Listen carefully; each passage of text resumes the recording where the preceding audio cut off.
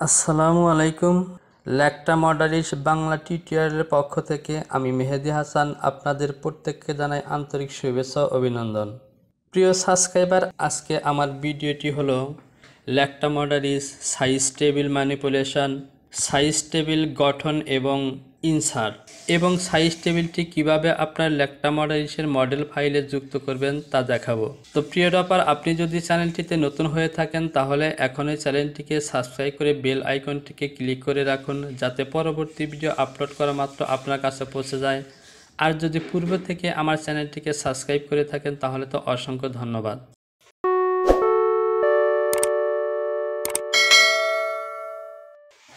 তো চলুন প্রথমে আমরা দেখে নিই টেবিল কেন তৈরি করব।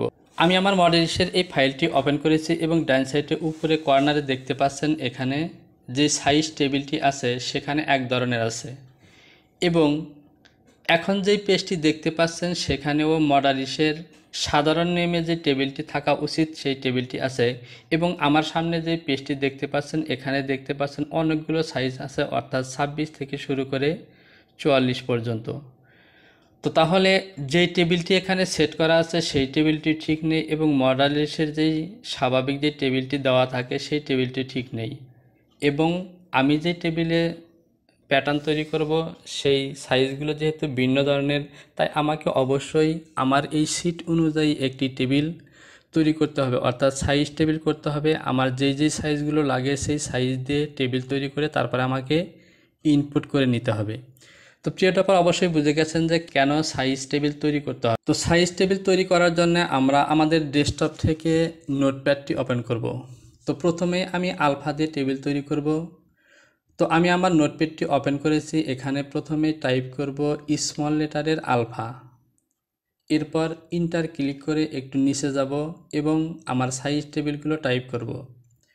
তো আমরা এই সাইজগুলো টাইপ করার সময় অবশ্যই ক্যাপিটাল লেটার দিয়ে টাইপ করব। তো ধরুন আমার সাইজ টেবিলটি হলো small, medium, large, XL, double XL. তো এই সাইজগুলোর মধ্যে ধরুন আমার মিডিয়াম হলো বেসিক সাইজ, সুতরাং আমি এই মিডিয়াম সাইজের আগে একটি স্টার চিহ্ন নিয়ে দেব। এই স্টার চিহ্ন দেওয়ার কারণ হলো আমি যখন এই সাইজ টেবিলটিকে ইনপুট করব তখন আমার এই স্টার দেওয়া সাইজ টেবিলটি সাদা রঙের দেখাবে, আর এই সাদা দেখে আমি বুঝতে পারবো যে এটি আমার বেসিক সাইজ। তো দেখতে পাচ্ছেন আমি আমার সাইজ টেবিলটি অলরেডি টাইপ করছি। এখন আমি এখান থেকে ফাইলে যাব, ফাইল থেকে সেভ এস, এবং আমার টেবিলের একটি নাম দেব। তো টেবিল নামটি আমরা কিভাবে দেব?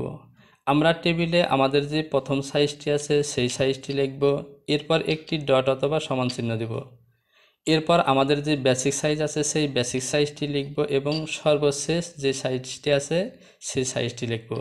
তো আপনারা দেখতে পাচ্ছেন আমি লিখেছি, প্রথমে লিখেছি স্মল, তারপরে আমার বেসিক সাইজ মিডিয়াম এবং শেষ সাইজ ডাবল এক্সেল। তো এখন আমি এখান থেকে কিবোর্ড থেকে ইন্টার দেব অথবা সেভ অপশনটিতে ক্লিক করে দিব, বাস। তো চলুন এবার আমি এই টেবিলগুলোকে আমার মডারিসের ফাইলে ইনপুট করব। তো এর জন্য আমি আমার মডারিস ফাইলটিকে অন করে নিলাম। তো ওপেন করার পর আপনারা জানেন যে সাইজ টেবিল ইনপুট করার জন্য আমাকে F7-এ যেতে হবে, এবং এখান থেকে ইনপুট ইবিটি, এই ইনপুট ইবিটি সিলেকশন করে সাইজ টেবিলে ক্লিক করলাম। তো দেখুন আমার সাইজ টেবিলটি চলে এসেছে। এখান থেকে আমি সাইজটি ওপেন করলাম, তো দেখুন আমার সাইজটি সুন্দরভাবে চলে এসেছে। আলফা দিয়ে কিভাবে আপনি সুন্দরভাবে টেবিল তৈরি করবেন এবং টেবিল কেন তৈরি করবেন, সে সাথে কিভাবে টেবিল তৈরি করে আপনার টেবিলগুলোকে আপনার মডেলিসে ইনপুট করবেন সেগুলো নিয়ে বিস্তারিত আলোচনা করেছি। তো প্রিয় ডপার, আপনি যদি আমার চ্যানেলটিকে এখনও সাবস্ক্রাইব করে না থাকেন তাহলে এখনই সাবস্ক্রাইব করে বেল আইকনটি ক্লিক করে রাখুন, যাতে পরবর্তী ভিডিওটি আপলোড করা মাত্রই আপনার কাছে পৌঁছে যায়।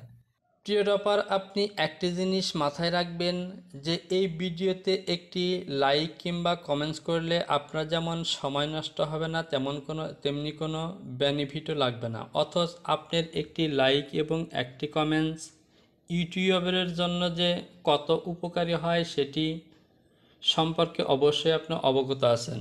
সুতরাং অবশ্যই ভিডিওতে একটি লাইক দিবেন, কমেন্টস করবেন এবং সেই সাথে সাবস্ক্রাইব করে বেল আইকনটিকে ক্লিক করে রাখবেন। আমি নিয়মিতভাবে এখানে ভিডিও আপলোড করছি, কোনো না কোনো ভিডিও আছে যেটি আপনার অবশ্যই প্রয়োজনীয় ভিডিও হতে পারে। তো দেখা হবে পরবর্তী কোনো ভিডিও টিউটোরিয়ালে। সে পর্যন্ত ভালো থাকুন, সবার জন্য রইল শুভকামনা। আল্লাহ হাফেজ।